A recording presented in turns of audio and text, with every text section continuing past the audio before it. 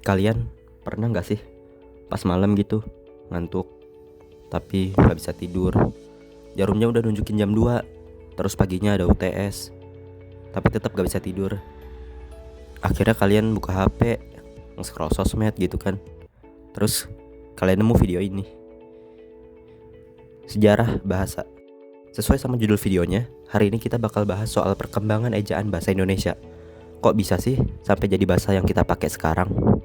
Menurut KBBI, ejaan adalah kaidah cara menggambarkan bunyi-bunyi seperti kata, kalimat, dan sebagainya dalam bentuk tulisan alias huruf-huruf serta penggunaan tanda baca. Paham? Lanjut. Ejaan Van Ophusen, gitu gak sih bacanya? Diciptakan oleh Charles Adrian Van Ophusen yang dibantu oleh Nawawi Sultan Makmur dan Muhammad Taib Sultan Ibrahim. Disusun pada tahun 1896 dan ditetapkan pada tahun 1901.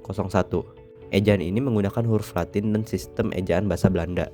Contoh pemakaian bahasanya tuh kayak penggunaan I.2 sebagai pembeda I.1 yang digunain untuk akhiran serta pengganti huruf Y. Huruf J pengganti Y seperti kata yang, sayang gitu. Lalu huruf OE pengganti U, yang dimana sering banget kita temuin di nama orang-orang zaman dulu kayak Soekarno, Soeharto, atau Sunarto. Kalian pasti sering ketemu orang yang udah lanjut usia namanya masih pakai penulisan OE dibanding pakai huruf U. Terus ada penggunaan tanda baca apostrof semacam petik satu buat pengganti huruf K di kata Pak, Bu, dan lain-lain. Jadi dulu tuh pakainya petik bukan huruf K kayak sekarang.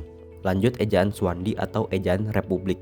Diberlakukan pada 19 Maret 1947 untuk menyempurnakan ejaan sebelumnya, yang dimana penggunaan huruf OE digantikan dengan huruf U. Walaupun begitu, tidak sedikit yang masih menggunakan penulisan OE di nama mereka. Salah satu contohnya ya kayak pemain timnas Indonesia Ragnar Oratmangun, yang dimana dia masih pakai huruf OE di namanya. Terus ada penggunaan petik satu buat bunyi sentak diganti dengan huruf K. Contohnya kayak yang Pak dan Bu tadi, petiknya dihilangin dan diganti huruf K.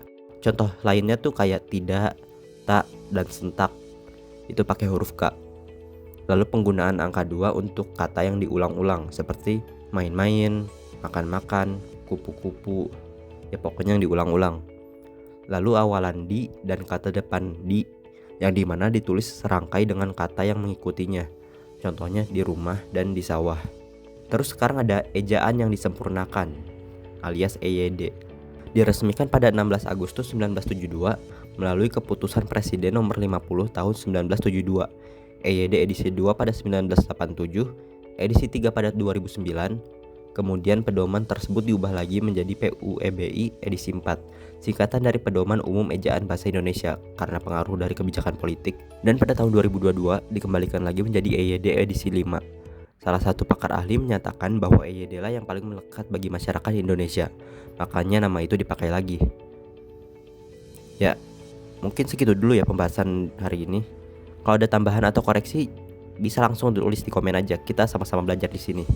Ya, jadi segitu dulu. Sampai ketemu di video berikutnya. Kalau ada.